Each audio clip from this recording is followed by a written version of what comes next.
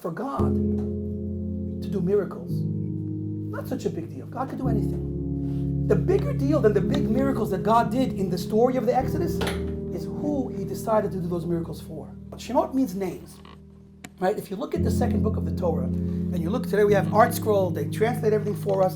So if you look at the Art Scroll Chumash and how they title the second book, what's the title? The title is Exodus. What does the word Exodus mean? It's Greek or Latin for going out, redemption, right? So how come if I look on the Hebrew side, the Art Scroll, I don't know if they noticed this, but on the English side they put Exodus, which means redemption, geula, going out. And on the Hebrew side they put names. So the Hebrew and English, when it comes to the title of that book, don't match. Why is there this inconsistency? What's it based on? So it's based on the Greeks that decided to name the books the way they wanted to name it. So they chose to call the second book Going Out because they looked at the story, and the climactic moment of the whole second book was the Jews leaving Egypt. That's the pinnacle, spitz of the story of the Jewish people. With great miracles, splitting the sea, 10 plagues. That's where Hashem really showed the world who's boss. He said, this world, I can do whatever I want with it and everyone in it. So when did God truly show his greatness? In the Exodus of the Jews from Egypt. And so the Greeks that certainly look at things from an external perspective. They beautified the external body, and they looked at things that's on the surface. So on the surface, the correct name for this book is Exodus because it points to God's greatness and God's miracles. And what's the secondary? Names. What is names? Who cares about the names? These are the names of the Jewish people. Why call that the whole book? Imagine someone presenting this idea in Hollywood. I have the best idea. It's going to make billions. The next blockbuster, better than Avatar. By the way, what's the big movies lately? I don't follow anymore. What's the Avatar was a big hit? I think they're redoing Avatar. Oh. They're releasing the second one. Anyway, it's the billion-dollar blockbuster. Forget about fiction. We have reality. The Exodus from Egypt, 10 plagues, splitting the sea. You want drama? It doesn't get better than that. So this man is pitching the idea. Imagine in a world that this never happened. He's pitching the idea of this Exodus, and the director, the producers, they're sitting there. They're like, "Wow, this is unbelievable. It's a bit too over the top. No one's going to believe this ever happened, but it's a movie." That's the irony, because reality beats fiction every time. You think fiction is out of this world? Reality is more out of this world than fiction. Anyway, so they think this is a bit over the top. But hey, we're Hollywood. We're all about over the top. They're like, great, we're in. By the way, do you have a name for this movie?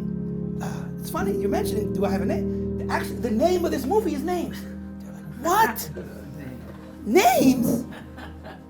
Okay, listen, the idea's great, we're in, but the name's gotta go. And they start thinking, like, I got it.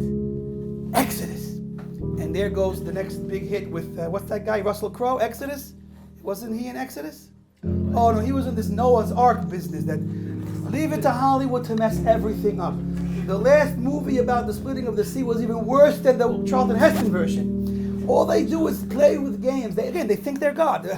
There's a Torah, there's an Exodus. Instead of just writing what was the real Exodus, we have to make it better somehow. So they always mess everything up. But anyway, that's the point. The Hollywood director says, what do you mean names? Names? That's not a name for a movie like this. We'll call it Exodus. And that's the difference between the sages, which called it names, versus the Greeks, which called it Exodus, because they looked for the bright lights and the spectacular ideas of all the miracles.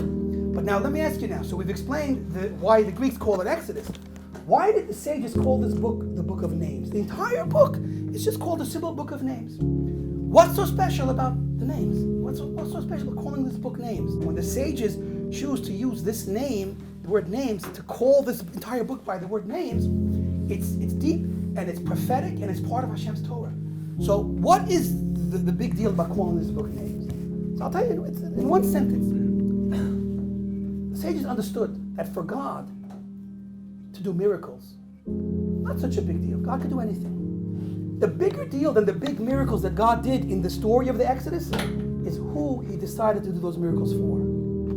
The point of the miracles and the entire book is Ve'ele Shemot B'nai Yisrael, and these are the names of the Jewish people. He did it all for us. He did it all for you, me. The names. What's unique about a name? We have also in the same book, right there, Rashi talks about What was so special about why God named us? Why we have names and why He counts each and every one of us. Each and every one of us He counts, like the stars. You know, so He brings from Chazal that God brings out and takes in the stars by name and by number. Every star has, according to this, a name and a number. Who can count the stars? Only Hashem. Who can count every single precious neshama of the Jewish people? Every single Jew, we think he's not precious. Hashem counts him by name and by number. He might look like a sinner. He might look like he's to us, we can't see his beauty.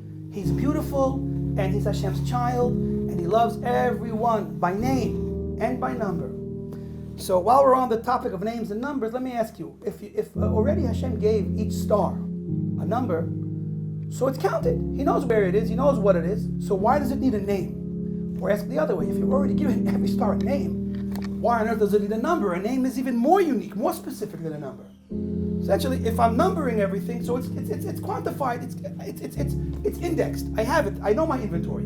If I'm naming everything, by name, for sure I know my inventory because everything has its unique name. The answer is that the Jewish people have an aspect to them that is a number, and an aspect that is a name.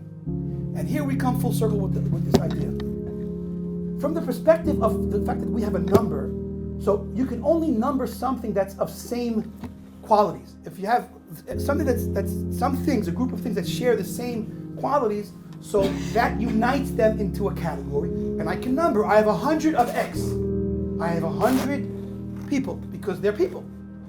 But if something is unique and it's one of a kind, then I can't count 20 unique things. That's not a way to count 20 unique things. If something is unique and nothing else matches it, so I have to give it its unique identification to it, which is a name. So there's an aspect of every one of us that is unique. We are all like God's only firstborn child. There's a level within each and every one of us that we're Hashem's Bechor. It says, B'ni Bechori. We are Hashem's firstborn as a nation, and each one of us is like Hashem's first only born child. But at the same time, we're part of Klal Yisrael, 600,000 root souls and offshoots, which equals the millions and millions of people that have been born. And that, in that context, we get a number because we're all the same.